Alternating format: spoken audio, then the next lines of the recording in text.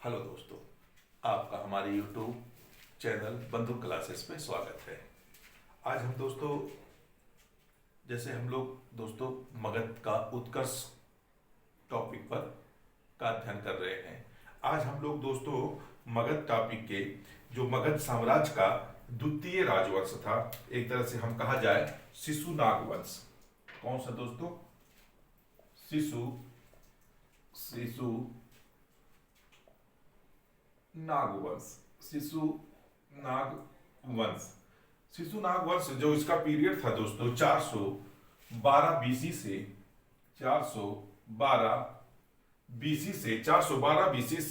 344 BC तक का। कितना? 344 बीसी तक का। यानी शिशुनाग वंश का जो टाइम पीरियड था वो 412 बीसी से 344 बीसी तक का। जैसे दोस्तों जो वीडियो आपने पिछला वीडियो नहीं देखा होगा, हमारा पिछले वीडियो में हमने बताया था कि मगध साम्राज्य का उत्कर्ष कैसे हुआ था, और मगध साम्राज्य में ही भारत का जो प्रथम राजवंश था, या हम कहें भारत का प्रथम राजवंश हर्यक वंश स्थापित होता है। और हर्यक वंश के जो 3 प्रमुख शासक थे, जैसे हमने बिंबिसार के बारे में बताया था, आपको अजातशत्रु के बारे में बताया था, और उदयन के बारे में आप लोगों को बताया था। क्योंकि जो बिंबिसार होता है वो मगध साम्राज्य में अंग जो महाजनपद होता है उसको मगध साम्राज्य में मिला लेता है, और अपने वैवाहिक संबंध से मगध साम्राज्य की सीमाओं का विस्तार करता है, जिसमें उसके 3 ऐसे वैवाहिक संबंध होते हैं जो काफी ही प्रसिद्ध होते हैं, जिनकी चर्चा बहुत ही विस्तार से की जाती है। उसके बाद उसका पुत्र अजातशत्रु जो गद्दी पर बैठता है, उसने क्या करता है, वो जो काशी बिंबिसार को दहेज के रूप में मिला था, उसे काशी को क्या करता है, मगध के साम्राज्य के अंतर्गत मिला लेता है, और उसने दूसरे कौशल को भी क्या करता है, मगध साम्राज्य में मिला लेता है। उसके बाद अजातशत्रु का पुत्र बैठता है जिसे उदयन कहा जाता है, और उदयन जो है क्या करता है, एक नवीन नगर की स्थापना करता है जिसे हम लोग पाटलिपुत्र के नाम से जानते हैं। उसने क्या किया था, अपनी राजधानी को राजगिरी से हस्तांतरित कर कर पाटलिपुत्र को बनाया था। कहा जाता है दोस्तों, उदयन की जब मृत्यु हो जाती है तो उसके पश्चात जो उत्तरवर्ती शासक होते हैं करीबन 22 से 28 वर्षों तक शासन करते हैं, और जो अंतिम हर्यक वंश शासक होता है उसकी हत्या जो है शिशुनाग के द्वारा कर दी जाती है। और शिशुनाग जब हर्यक वंश के अंतिम शासक की हत्या कर देता है, और शिशुनाग जो ये होता है इसी के नाम पर इसी वंश का नाम पड़ता है, जिसे हम शिशुनाग वंश कहते हैं। ये भी कहा जाता है दोस्तों, जो इसका संस्थापक होता है ये खुद कौन होता है, शिशुनाग होता है। इसका जो संस्थापक होता है कौन होता है, शिशुनाग होता है। शिशुनाग के बारे में कहा जाता है इसने मगध की गद्दी पर 412 बीसी से 394 बीसी तक का शासन करता है। यानी जो शिशुनाग है वह मगध की गद्दी पर कब से कब तक विद्यमान रहता है, वो 400 बीसी से 394 बीसी तक का मगध की गद्दी पर शासन करता है। कहा जाता है शिशुनाग जो है मगध की सीमाओं में एक विस्तार करता है। अब यह जो है पश्चिम की तरफ, यानी मगध के पश्चिम की तरफ विस्तार करता है, और यह जो है एक जनपद हमने बताया था आप लोगों को, वत्स, यानी वत्स को भी क्या करता है, मगध के अंतर्गत शामिल कर लेता है। और एक बताया था हमने अवंती, यानी अवंती महाजनपद को और वत्स महाजनपद को क्या करता है शिशुनाग, इनका भी इन पर अधिकार कर कर इसे भी मगध के अंतर्गत इसे शामिल कर लेता है। ये भी कहा जाता है जो शिशुनाग था इसका जो सीमा थी बंगाल से लेकर मालवा, जो आधुनिक मालवा होता है, यानी इसके जो सीमा विस्तार होता है, शिशुनाग का जो सीमा विस्तार होता है, यह क्या होता है, पश्चिमी बंगाल से लेकर मालवा तक का इसका सीमा विस्तार हो जाता है। इसने क्या करता है, जो हमने देखा था पिछले वीडियो में बताया था, जो उदयन था उसने अपनी राजधानी पाटलिपुत्र को बनाया था। पाटलिपुत्र को बनाया था।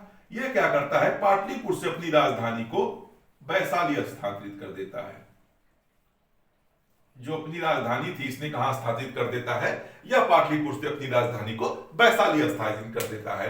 यानी शिशुनाग के वंश के बारे में अगर हम देखें तो मुख्यतः 3 बातों पर हमें विशेष ध्यान देना चाहिए। शिशुनाग का जो पीरियड था वो 412 बीसी से लेकर 394 बीसी तक का था। शिशुनाग द्वारा वत्स महाजनपद को, अवंती महाजनपद को, इन पर विजय प्राप्त करके इन्हें मगध के अंतर्गत शामिल कर लेता है। और जो इसकी सीमा विस्तार रहता है, या इसके साम्राज्य की जो सीमाएं लगती हैं, पश्चिमी बंगाल से लेकर मालवा तक का इसकी सीमा का विस्तार करता है। इसने क्या किया था, अपनी राजधानी को पाटलिपुत्र से हस्तांतरित कर वैशाली में कर लेता है। और 394 ईस्वी में बीसी में क्या होता है, शिशुनाग की मृत्यु हो जाती है।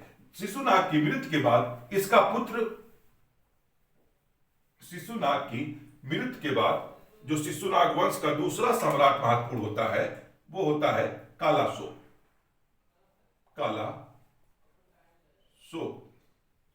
कालाशोक जो होता है, इसका जो पीरियड होता है 394 बीसी से 366 बीसी तक का, 366 बीसी तक का इसका जो होता है टाइम पीरियड होता है। इसने क्या किया, सर्वप्रथम इसने क्या किया, पुनः वैशाली से अपनी राजधानी कहां ले आता है, पाटलिपुत्र ले आता है। यानी जिसको इसके पिता ने अपनी राजधानी को पाटलिपुत्र से वैशाली स्थानांतरित कर देते हैं, या पुनः उसी काम को दोहरा देता है। वैशाली से मगध की जो राजधानी होती है वो क्या हो जाती है, पाटलिपुत्र को ले आते हैं। इस तरह से कहा जाता है, इसी के पीरियड में कहा जाता है इसी के पीरियड में द्वितीय बौद्ध संगीति का आयोजन किया जाता है। कहां किया जाता है, बौद्ध संगीति का आयोजन वैशाली में। यानी इसी के पीरियड में, कालाशोक के पीरियड में ही देखते हैं द्वितीय बौद्ध संगीति का आयोजन वैशाली में किया जाता है। इस तरह से कहा जाए, इसी के अनुसार कहा जाता है महाबोधि वंश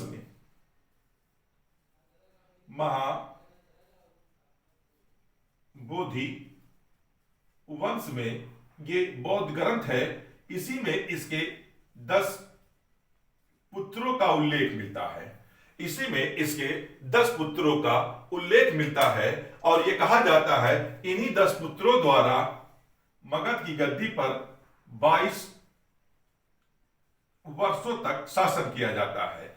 22 वर्षों तक का इन्हीं 10 पुत्रों के द्वारा 22 वर्षों तक शासन किया जाता है। और इसी तरह से जिस तरह से शिशुनाग ने अंतिम हर्यक वंश की हत्या करके इसी तरह से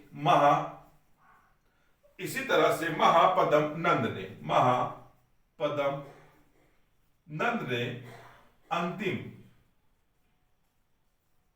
अंतिम शिशुनाग वंश की हत्या करके एक नवीन राजवंश की स्थापना करता है, जिसे हम लोग नंद वंश के नाम से जानते हैं। किस वंश के नाम से? नंद वंश के नाम से जानते हैं।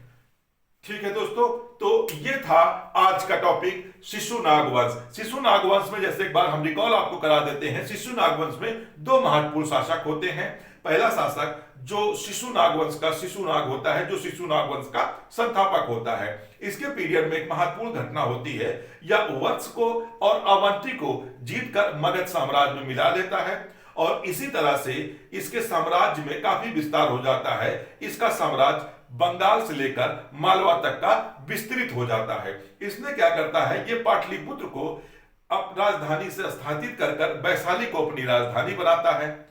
इसकी मृत्यु 394 बीसी में हो जाती है। इसके बाद इसका पुत्र कालाशोक बैठता है और यह क्या करता है, पुनः वैशाली से राजधानी को स्थानांतरित कर पाटलिपुत्र को बनाता है और इसके द्वारा इसी के पीरियड में द्वितीय बौद्ध संगीति का वैशाली में आयोजन किया जाता है।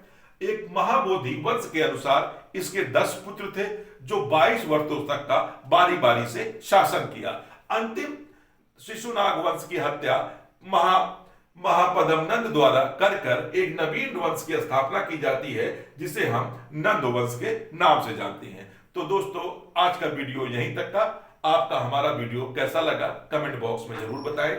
हमारे वीडियो को ज्यादा से ज्यादा शेयर करें, चैनल को सब्सक्राइब करें। धन्यवाद दोस्तों, फिर मिलेंगे। धन्यवाद।